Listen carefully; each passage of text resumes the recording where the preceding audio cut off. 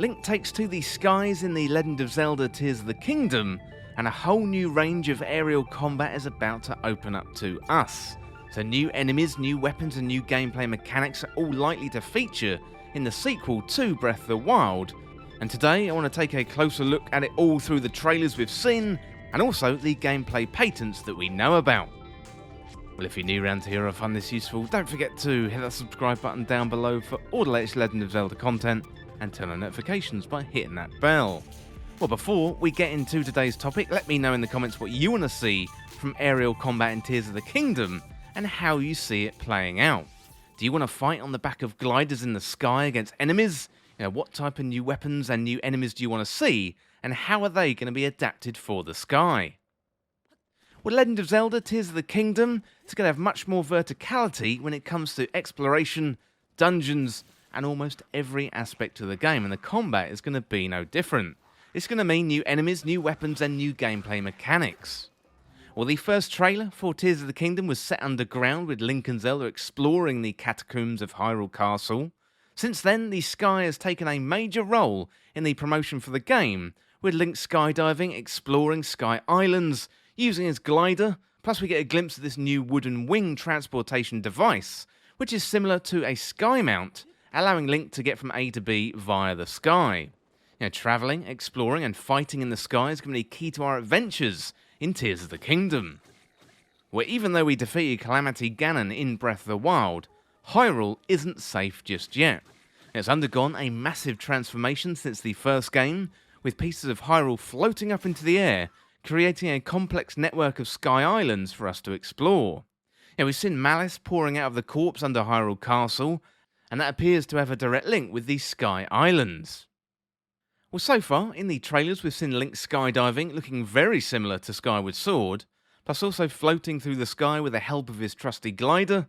We've also seen Link travelling upwards too, with the help of some kind of time rewind device, although the features of this device aren't really clear just yet. We've seen Link push a spiked ball back up a hill, and in the latest Tears of the Kingdom trailer, we see Link travelling up, almost like Link is catching a ride upwards into the sky. We've also seen Link use another new mechanic, travelling up via a droplet of water and moving through solid stone. So is this somehow connected to the actual physical Tears of the Kingdom, or is that just a coincidence? Either way, Link is freely and easily able to travel up and down, making Tears of the Kingdom vastly more complex than Breath of the Wild. Well, the final scenes of the latest trailer offer some tantalising clues as to what aerial combat could be like. Link falls from the sky and lands safely on his feet on a huge wooden wing device, and looks like it's a huge glider in the sky, almost like the Green Goblin from Spider-Man. Well, this glider could be key to Link's new aerial combat abilities. This is much better than his old glider because Link's hands are now free. That means he could easily use a bow to take out enemies, drop bombs or throw other dangerous weapons. I've been thinking about this wooden glider much like a horse, but it's in the sky. Well, in Breath of the Wild, Link fights on a horseback successfully against other enemies. He's able to duel with others also on horses, plus he runs down enemies and smacks them with his sword. We've been using horses in Legend of Zelda games for years, since we first rode Epona in Ocarina of Time.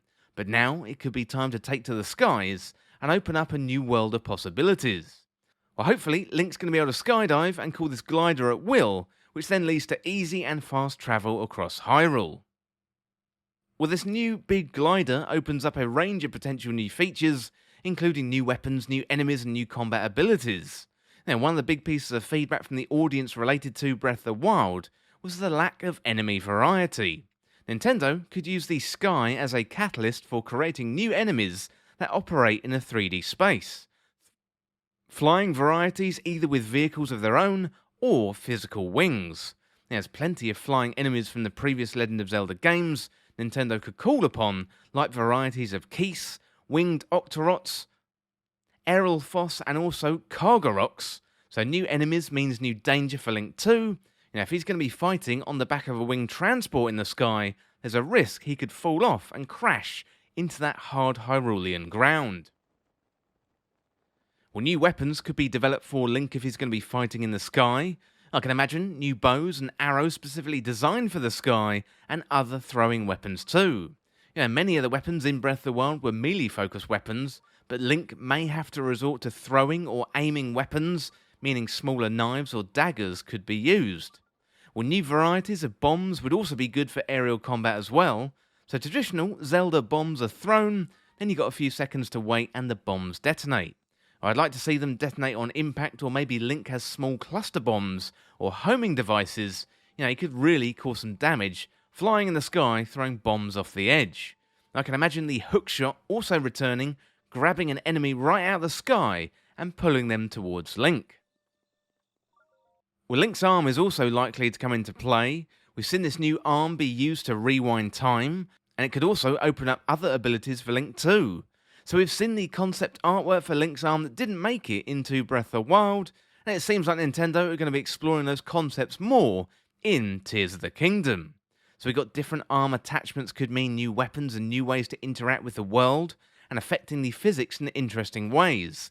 If we're going to play in the sky, this opens up a world of possibilities, and so far Nintendo has held off from telling us too much in the trailers, but I would guess we're going to get something very, very soon.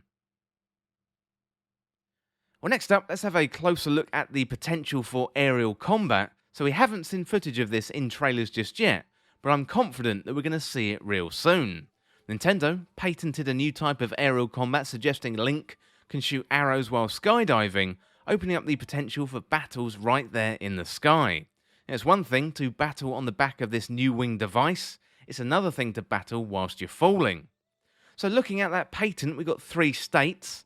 So vertically downwards, with the character diving and pointing the bow and arrow directly down. We've got a second state where you're diving diagonally down towards a target. And then we've got a third state where Link is upward relative to the reference direction. I think there's a pretty complicated way of shooting relatively normally whilst falling from the sky.